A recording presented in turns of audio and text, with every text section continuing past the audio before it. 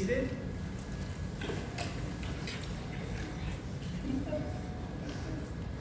We gather as a community of family and friends and feel ripples of excitement and tremors of joy as we celebrate the marriage of Fred and Emily. The world is filled with harmony, soaring birds, towering trees, brisk wind, animals of all kinds, each unique, each in relationship and harmony with the others. Fred and Emily have come here to affirm their love for each other and enter into this beautiful tapestry of life. Marriage is a gift. Marriage is an opportunity for love to be learned. Marriage is a journey in which we as the travelers are faced with many choices and are responsible for these choices. Marriage is a call to servanthood. Marriage is a call to friendship. Marriage is a call to suffering.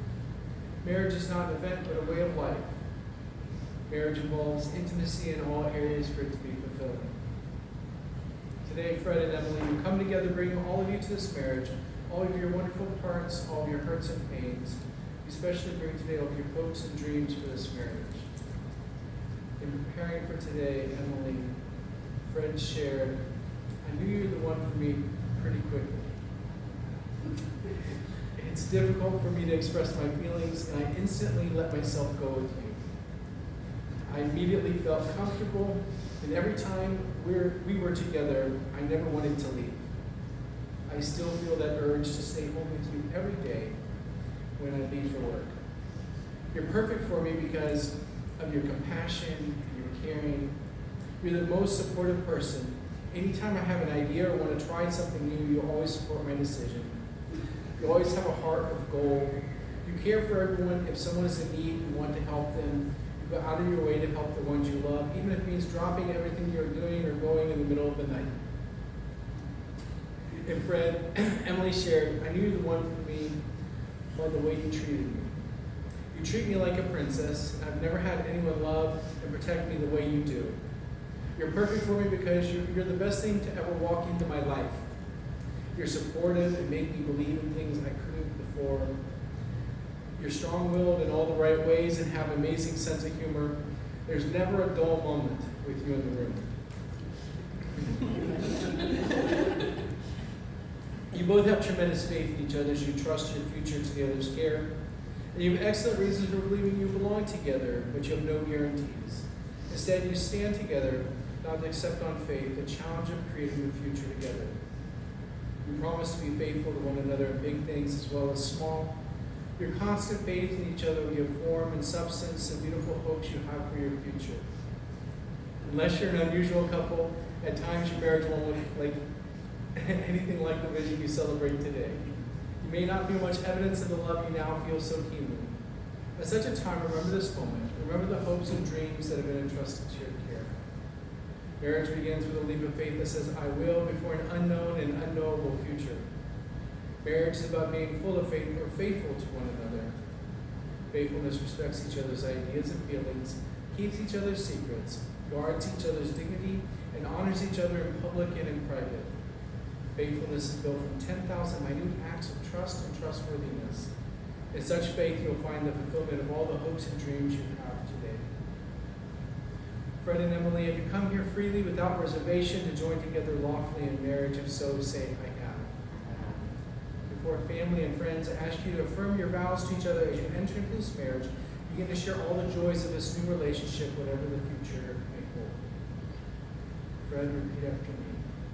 I, Fred, take you, Emily, to be my wedded wife, to have and to hold, from this day forward, for better or for worse, for richer or for poorer, in sickness and in health, to love and to cherish, so long as we both shall live. Emily, repeat after me. I, Emily, take you, Fred, to be my wedded husband, to have and to hold, from this day forward, for better or for worse, for richer or for poorer, in sickness and in health, to love and to cherish, so long as we both shall live. May I have the rings?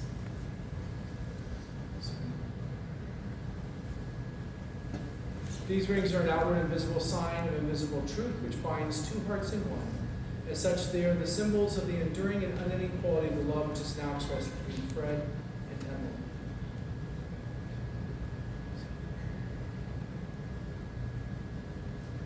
Fred, repeat after me. Emily, with this ring, I thee wed.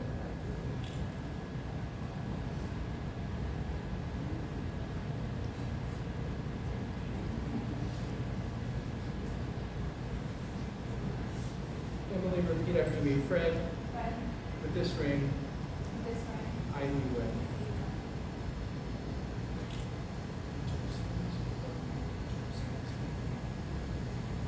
These are the hands of your best friend, young and strong and full of love for you, that are holding yours on your wedding day as you promise to love each other today, tomorrow, and forever. These are the hands that work alongside yours as together you build your future. These are the hands that will passionately love you and cherish you through the years, and with the slightest touch will comfort you like no other. These are the hands that will hold you when fear or grief fills your mind. These are the hands that will countless times wipe the tears from your eyes, tears of sorrow, tears of joy. These are the hands that will tenderly hold your children. These are the hands that will help you hold your family as one. These are the hands that will give you strength when you need it. And lastly, these are the hands that even when wrinkled and aged, will still be reaching for yours, still giving you the same unspoken tenderness with just a touch. 1 Corinthians 13:4-8 says, love is patient, love is kind, love is not envious or boastful or arrogant or rude. It does not insist on its own way. It is not irritable or resentful. It does not rejoice in wrongdoing, but rejoices in the truth. It bears all things, believes all things, hopes all things, endures all things. Love never ends. Please join me for a prayer of blessing over their marriage. God in heaven, you ordained marriage for your children and you gave us love. We present to you Fred and Emily, who have come this day to be married. May the covenant of love they may be blessed with true devotion and spiritual commitment. We thank you for giving them strength and courage to keep their vows. Thank you for helping them to create for their family a peaceful, stable home of love as a foundation on which they can build their lives. When selfishness shows itself, grant generosity. When mistrust is a temptation, give moral strength. When there's misunderstanding, give patience and gentleness. When suffering becomes a part of their lives, give them a strong faith and abiding love. Amen. Fred and Emily, in the future, happy occasions will come as surely as the morning. Difficult times will come as surely as the night. To say the words love and compassion is easy, but to accept that love and compassion are built upon patience and perseverance is not easy. Fred and Emily, as much as you declared your willingness to enter the state of marriage with each other, declare the same in the company of these witnesses. By the virtue of the authority vested in me by the state of Florida, I pronounce you husband and wife. It's my pleasure to introduce to you all for the first time, Mr. and Mrs. Denny.